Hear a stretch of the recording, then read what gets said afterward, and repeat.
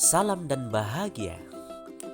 Berikut ini adalah aksi nyata dalam budaya positif modul 14 oleh Hawadis, salah satu guru SMP Negeri 4 Siak, calon guru penggerak angkatan 5 Kabupaten Siak, bersama Bapak Eko Suyamto sebagai fasilitator dan Ibu Anissa Fitri Nurhalida sebagai pengajar praktik.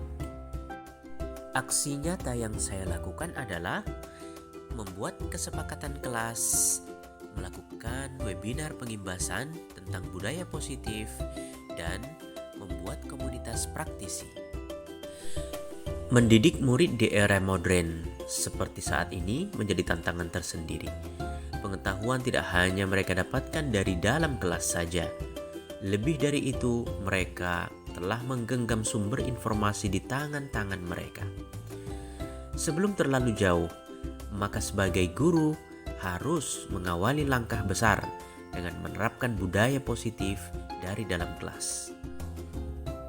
Tujuan dibentuknya keyakinan kelas adalah sebagai media komunikasi untuk mengembalikan peran murid sebagai subjek pendidikan dan juga sebagai salah satu cara guru dalam melatih tanggung jawab, khususnya tanggung jawab murid terhadap kesepakatan yang telah dibuat bersama. Tolak ukur: merancang keyakinan kelas melalui kegiatan kesepakatan kelas yang dilakukan secara bersama antara guru dan murid. Kemudian, murid dan guru secara sadar dan senang berkomitmen dan konsisten dalam menjalankan keyakinan kelas yang sudah disepakati. Lalu, tumbuh dan berkembang karakter murid sebagai hasil kebiasaan berbudaya positif. Selanjutnya, adanya perubahan sikap dan perilaku murid setelah menjalankan keyakinan kelas itu. Apa itu budaya positif? Budaya positif merupakan perwujudan dari nilai-nilai atau keyakinan universal yang diterapkan di sekolah. Lalu, apa pula keyakinan kelas? Keyakinan kelas merupakan keyakinan-keyakinan dan kebiasaan-kebiasaan yang terjadi di sekolah yang berpihak pada peserta didik agar peserta didik dapat berkembang menjadi pribadi yang kritis, penuh hormat, dan bertanggung jawab.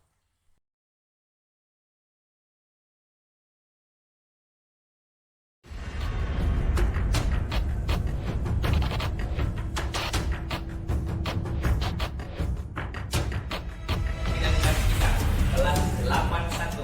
Ya, silakan.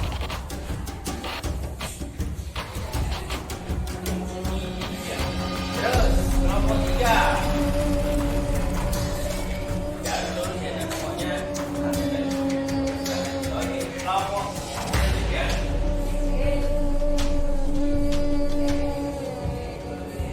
Lanjut.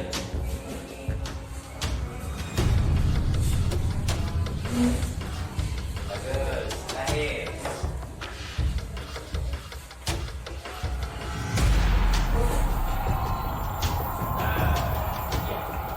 Inilah hasil diskusi kita pada hari ini, yang ini adalah keyakinan kelas. Apa yang akan kita lakukan harus sesuai dengan keyakinan kelas yang sudah kita sama-sama sepakati. Setuju? Setuju.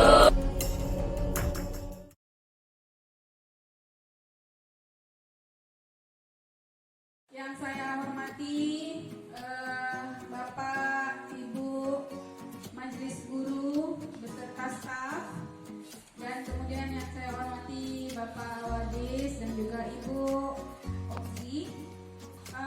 Acara yang pertama yaitu kata sambutan dari Bapak Kepala Sekolah yang mana diwakilkan oleh Ibu Oksi. Kepada Ibu Oksi kami persilakan. Bismillahirrahmanirrahim. Assalamualaikum warahmatullahi wabarakatuh. Salam sejahtera bagi kita semua. Baik, sedikit kata sambutan dari saya mewakili kepala sekolah. Di sini saya minta kepada teman-teman majelis guru untuk bisa bisa mengikuti webinar budaya positif ini. Mudah-mudahan ilmu yang kita dapat pada pagi hari ini lebih bisa kita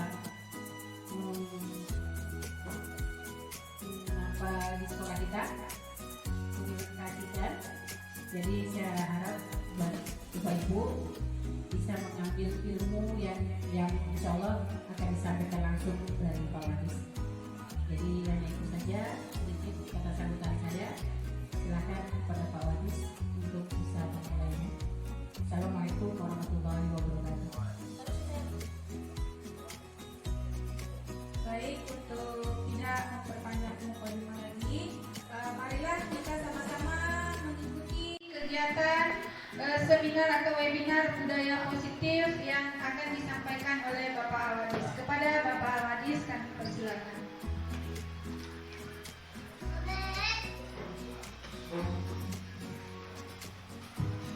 Bismillah. Assalamualaikum warahmatullahi wabarakatuh. Semangat pagi Bapak Ibu. Semangat pagi. Walaupun kita sudah menjelang siang, mudah-mudahan semangat kita masih seperti di pagi hari Senin, ya Bapak Ibu. Iya, terima kasih. Bersyukur kita kepada Allah Subhanahu wa taala, Tuhan yang Maha Esa, dan berselawat kepada Nabi Muhammad sallallahu alaihi wasallam yang telah boleh angkat tangannya, boleh langsung berbicara.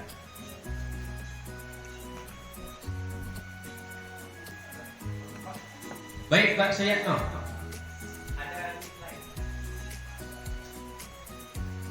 Silakan Pak Suyatno. Lebih bagus ke depan. Nah, ini Bapak Suyatno akan memberikan pendapat apa budaya positif. Bismillahirrahmanirrahim.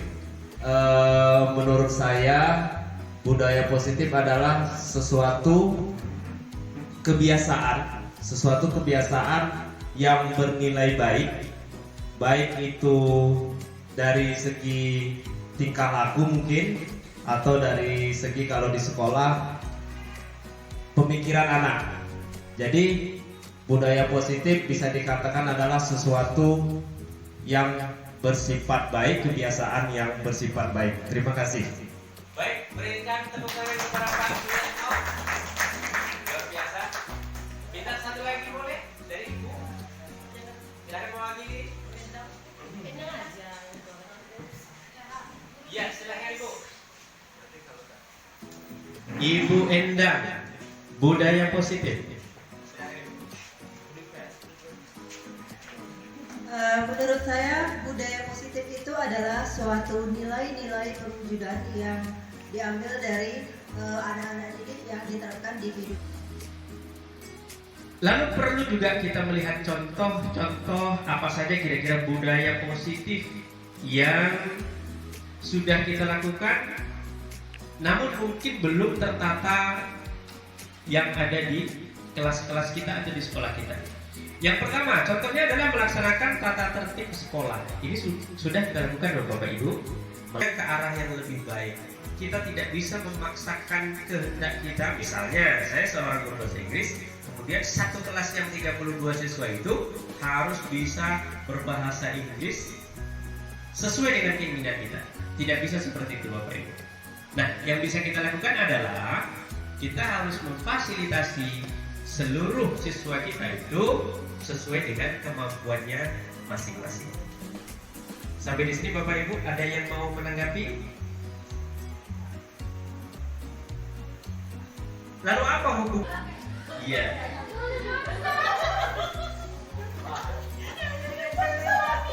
Mana rayuannya Bapak Ibu? Kita harus bisa merayu, harus bisa mengintimidasi.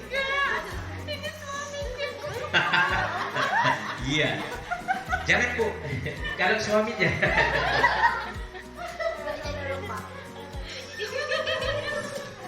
Baik. Oke. Kira-kira apa yang terjadi Bu? Berhasilkah kita membuka tangan kawan kita? Berhasil. Ada yang berhasil, ada yang tidak. Ini cocok Bapak Ibu dengan tugas sebagai seorang guru. Ada yang menjawab tidak. Coba yang menjawab tidak. Silakan Ibu Latifah.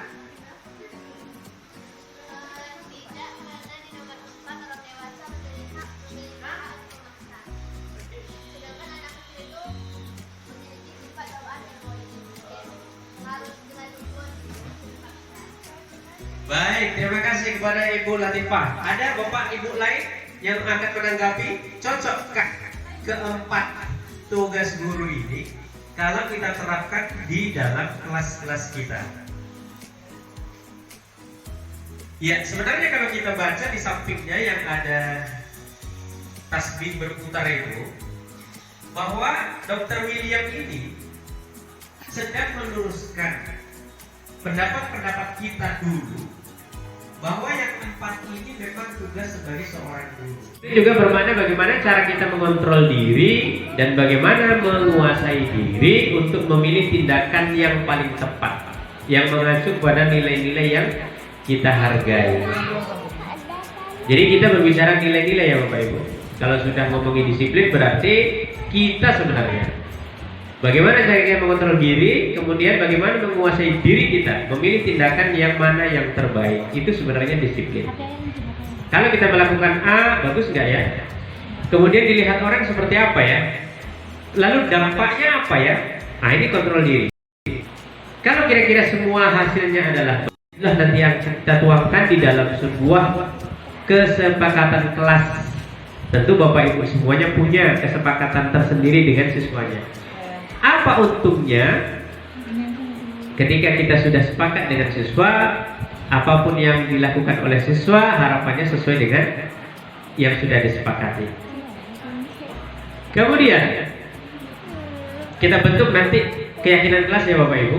Ini lanjut aja, panjang.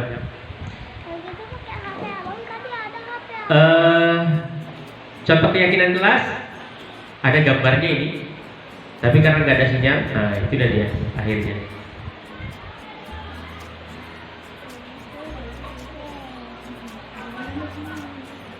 Bisa nanti kita buat keyakinan kelas itu seperti yang sudah dibuat di karton. Akhirnya apa?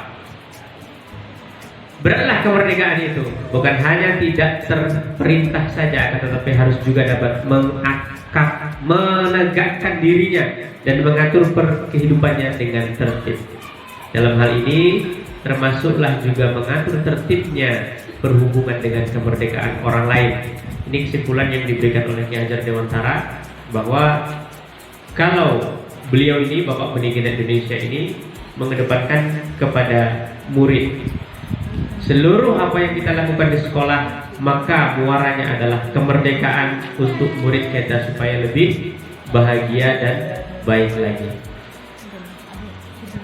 Sampai jumpa dan terima kasih.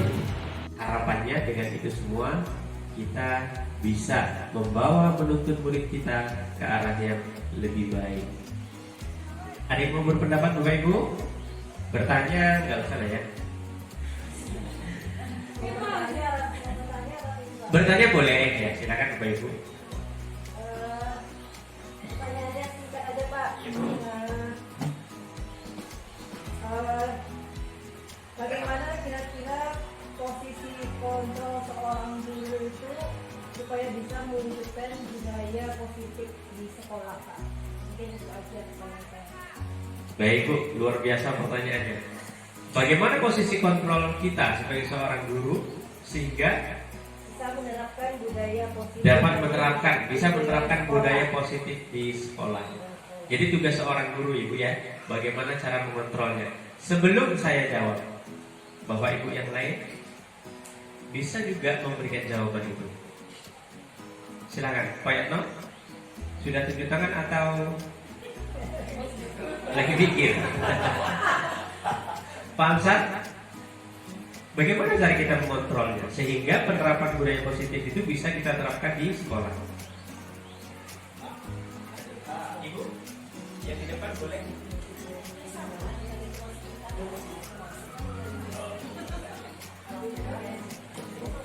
Baik, Ibu, salah satu kontrol yang bisa kita lakukan pertama kali adalah membuat keyakinan kelas tadi. Ya, itu sudah kita tuliskan poin per poin di dalam kelas, kemudian kita sepakati bersama. Nah, usahakan dalam kita membuat keyakinan kelas itu, kita melibatkan seluruh siswa, bukan dari kita. Misalnya, kita harus masuk 7.30, yang terlambat kutip sampah, itu kan dari kita. Itu peraturan namanya, Bu. Nah, keyakinan yang membuat adalah siswa. Mereka kita arahkan untuk membuat statement-statement positif, sehingga hasilnya itu kita tempel sebagai keyakinan kelas. Dengan demikian, apapun yang dilakukan siswa, misalnya dia melakukan perbuatan di luar yang disepakati, maka kita tinggal membuka catatan. Nah, bukankah kita sudah melakukan keyakinan ini? Bukankah sudah kita sepakati bersama?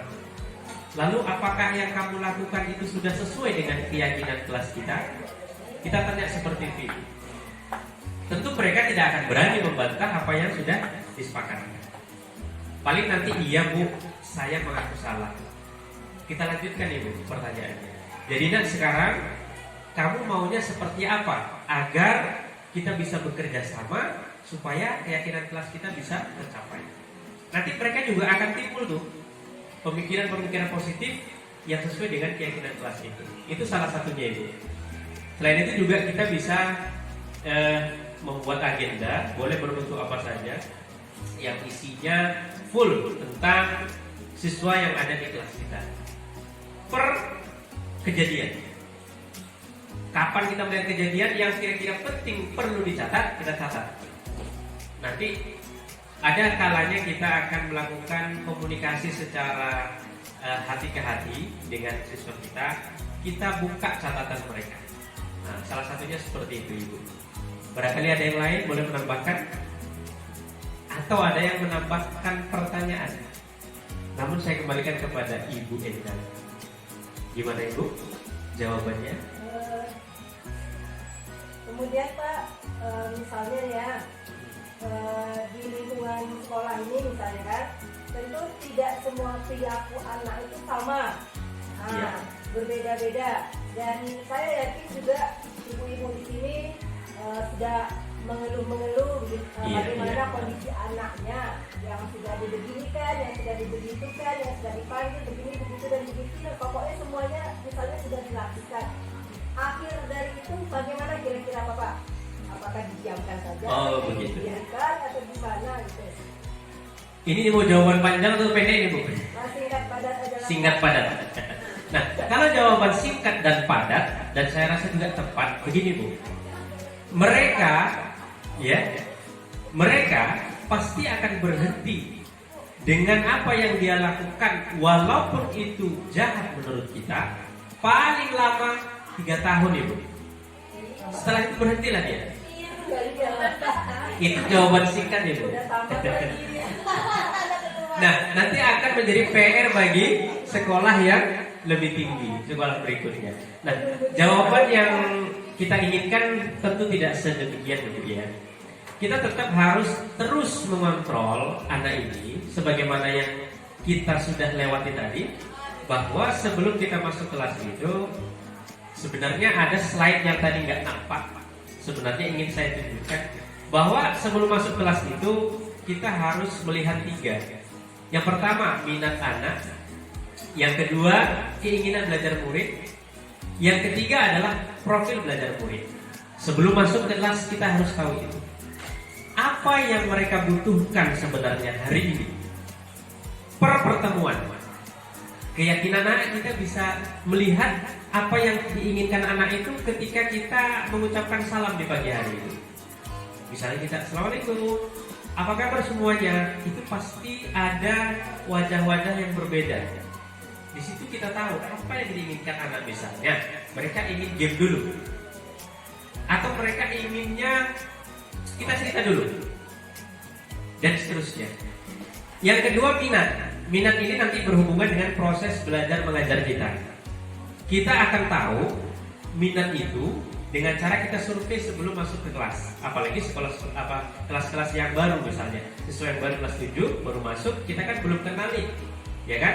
Dengan cara survei bisa Dengan cara bertanya kepada guru SD bisa. Dengan cara memberikan angket juga bisa. Misalnya si Yanto, buat Yanto ya. Yanto ini hobinya apa? Kemudian dia suka pelajaran apa? Kemudian dia berapa orang dalam keluarganya? Kemudian rumahnya jauh apa dekat? Kemudian dia orangnya periang. Dia apakah belajarnya dia kinestetis atau dia visual atau dia suka mendengar? Itu kita pelajari sebelum masuk ke dalam kelas. Gak apa-apa kita habiskan waktu untuk itu dulu. Sehingga setelah terpetakan dari 32 siswa itu, kita akan tahu sebenarnya yang diinginkan siswa itu seperti apa kita. Yang ketiga adalah profil. Profil itu tadi kita harus lebih mendekat lagi mungkin kepada wali kelasnya. Yang ingin kita ketahui adalah tentang keluarganya, ya, seperti apa, kemudian gaya hidupnya di rumah seperti apa. Sehingga dengan cara itu kita bisa menghadapi di sekolah seperti apa juga. Kira-kira seperti itu. Silakan kalau ada lagi. Pas. Ada lagi Bapak Ibu? 1, 2, 3. Silakan. Mau ada nih masalah. Pakai mic. Keyakinan bersama itu Pak di kelas. Keyakinan kelas itu kan kesepakatan berdasarkan antara guru dan siswa. Ada nggak standar yang membolehkan itu sanksi atas perbuatan? Karena kalau kita lihat sekarang kan bahwa anak itu tidak boleh dibentuk nanti bertentangan dengan ini. Ada nggak kira-kira contoh standar yang kira-kira sanksi itu lebih mendidik, ya, bukan menuju ke perundungan atau merubah mental anak. Jadi ada nggak kira-kira standarnya gitu, standar sehingga keyakinan itu sama itu membuat tidak merugikan yang ada di dalam. Baik, terima kasih Pak Yatno. Pertanyaan yang luar biasa, bagus. Setelah kita membicarakan tentang budaya positif, disiplin, kemudian ada nggak sanksi yang bisa kita berlakukan untuk siswa? Kan seperti itu. Ada. Sebenarnya di pembahasan lain ada, karena pembahasan kita tadi adalah budaya positif, maka dia tidak mengarah ke sana. Baik, kita juga bisa singgung ke arah sana. Ada istilah segitiga restitusi namanya, Bapak Ibu semua. Segitiga restitusi itu sebenarnya sudah lama, cuma mungkin kita belum terbiasa saja melakukan. Artinya begini, kita memberikan hukuman kepada siswa itu bukan seperti yang kita lakukan sekarang ini. Misalnya yang sifatnya membuat siswa merasa bersalah, kemudian siswa itu ketakutan, sehingga yang dilakukan siswa itu sebenarnya bukan karena dia patuh terhadap kita, tapi justru dengan ketakutan itu dia melakukan sesuatu. Nah, di segitiga restitusi itu salah satu nanti caranya adalah dengan proses coaching. Coaching itu yang tadi contoh yang saya lakukan sedikit dengan Ibu Endang. Kita berdialog, kata-kata kita yang keluar adalah kata-kata yang positif. Walaupun dia sudah melanggar peraturan, namun dia dipanggil secara pribadi. Kemudian kamu nak sudah melanggar peraturan kelas, ya kan? Misalnya, salah contoh dia memecahkan kaca, ya kan? Dia tidak langsung kita marahi di tempat, tapi dia kita panggil. Kamu tahu nak kenapa dipanggil? Tentu dia jawabannya tahu atau tidak. Kalau tahu kita lanjutkan. Kalau tidak, tentu kita jelaskan. Gini nak, kamu dipanggil itu, Bapak mendengar kamu kan sudah melakukan kesalahan. Apa itu? Memecahkan kaca. Nah, sekarang nak, kira-kira memecahkan kaca itu kenapa? Oh gini Pak, saya tadi sebenarnya nggak sengaja lagi main bola dalam kelas. Nah, terus saya kan gitu. Kamu tahu nak, main bola di dalam kelas itu tidak boleh. Iya tahu Pak. Itu melanggar nggak keyakinan kelas kita? Pasti dia ngomong melanggar. Setelah kamu tahu dengan kesalahanmu, kira-kira apa yang bisa kamu lakukan agar kita bisa bekerja sama supaya merubah ini semua menjadi lebih baik lagi. Dia akan mikir itu Pak. Ginilah Pak, biasanya seperti itu. Saya akan ajak teman-teman yang tadi ikut main bola untuk berunding. Berunding ngapain? Kan gitu. Kami nanti akan berdiskusi tentang apa yang harus kami lakukan Pak untuk jendela yang sudah saya pecahkan. Oh baiklah kalau begitu. Kalau gitu Bapak kasih waktu 1 hari atau 2 hari atau seminggu hasil diskusi dengan temanmu ya. Biasanya dilakukan hal-hal yang seperti itu yang diajarkan oleh modul ini. Nah sekarang apakah sudah kita terapkan di sekolah kita? Akan itu pertanyaannya. Itu Pak. Boleh kita menghukum, tapi sifatnya tidak menghakimi. Boleh menghukum tapi tidak menghakimi. Kita menghukum dengan apa yang kira-kira bisa mereka buat. Gitu. Jadi boleh Pak ya, kita boleh menghukum. Silakan ada lagi. Ini tadi udah soalnya kalau beliau bertanya ada jawabannya. Udah. Nah, sebelum ditanya, nanti ini gara-gara Pak Awadi Takut sekali dia. bukan aku. Berarti termasuk juga tadi kayak muridnya Pak. Oke, silakan. Bu Dewi. Setiap guru kalau mau masuk ke kelas harus tahu kelemahan dan kelebihan anak dalam mata pelajaran. Itu aja.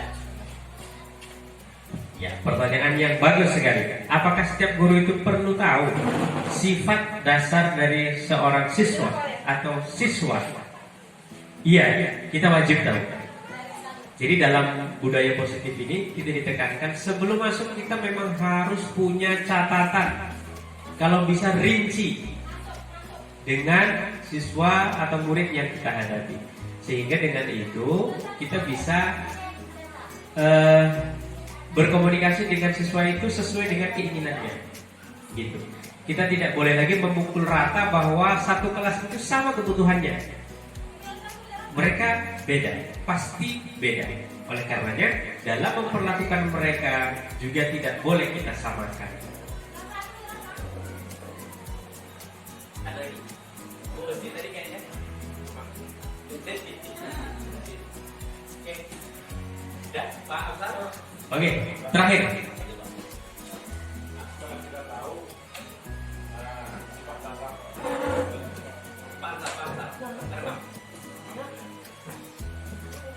Apakah jumlah murid sudah berkelas keluarnya? Baik, 32 itu nilai jumlah maksimal Pak ya.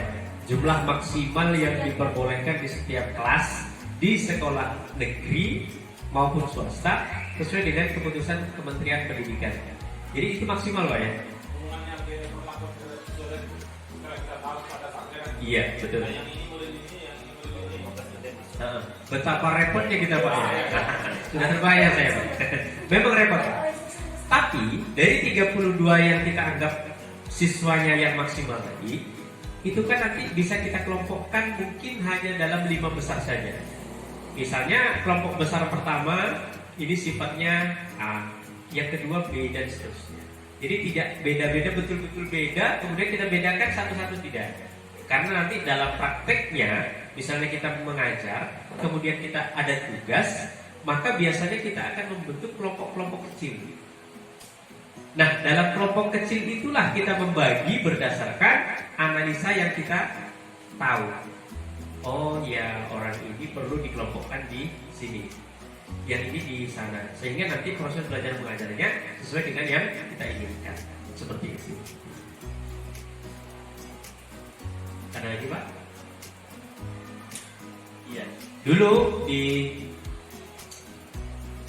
di program sebelumnya ada asesmen nasional dulu. Pernah juga saya ikuti BIMTEK itu. Kata Bu Emma tadi berbisik, jadi saya ingat asesmen diagnostik namanya. Asesmen diagnostik itu tadi mengidentifikasi anak sebelum kita masuk. Itu memang harus dilakukan sebenarnya. oleh kita sebagai guru. Baik, sudah? Ada lagi Pak, Ibu? Kalau sudah tidak ada, saya rasa cukup untuk pertemuan kali ini. Yang pasti yang saya bawakan ini jelas jauh dari kata sempurna. Oleh karenanya saya tadi menghimbau bahwa kita setelah ini mari duduk bersama lagi, membuat sebuah keyakinan menjadi keyakinan sekolah, sehingga proses belajar mengajar yang ada di sekolah kita ini bisa berjalan sebagaimana mestinya dan sesuai dengan standar nasional Indonesia. Lebihnya tidak ada, kurangnya pasti banyak. Saya mohon maaf yang sebesar-besarnya dan saya akhiri dengan billahi taufik. Assalamualaikum warahmatullahi wabarakatuh. Waalaikumsalam.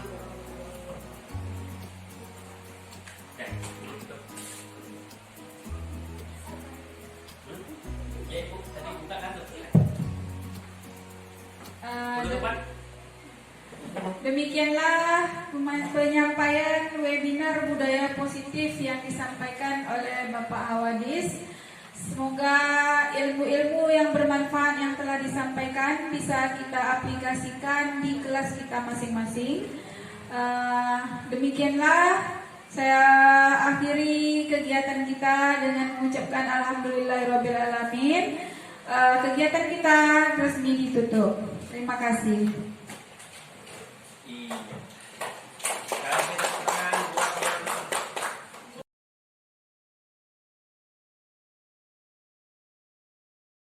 Saya Amsal, Ya. setelah mengikuti seminar yang dibawakan oleh Bapak Gawadis, guru bahasa Inggris SMP Negeri 4, saya semakin termotivasi untuk membangun budaya positif di SMP Negeri 4. Nah, salah satu yang akan saya lakukan ke depan ini yaitu membuat keyakinan di dalam kelas yang saya pimpin untuk diikuti bersama selama belajar di SMP Negeri 4. Terima kasih. Assalamualaikum warahmatullahi wabarakatuh. Saya Eka Junitasari, guru matematika di SMP Negeri 4 Siak. Saya akan memberikan tanggapan tentang webinar yang saya ikuti hari ini. Setelah saya mengikuti webinar tentang budaya positif, saya akan melakukan dua hal. Yang pertama, lebih termotivasi untuk mendidik anak-anak di sekolah untuk membudayakan budaya positif agar siswa dapat meraih kebahagiaan setinggi-tingginya seperti menurut Ki Hajar Dewantara. Yang kedua, akan mencoba membuat keyakinan kelas dan mencari ide kreatif agar siswa termotivasi belajar, khususnya belajar matematika. Terima kasih. Mungkin itu tanggapan saya untuk webinar budaya positif. Wassalamualaikum warahmatullahi wabarakatuh. Demikian kegiatan workshop kali ini. Semoga bermanfaat.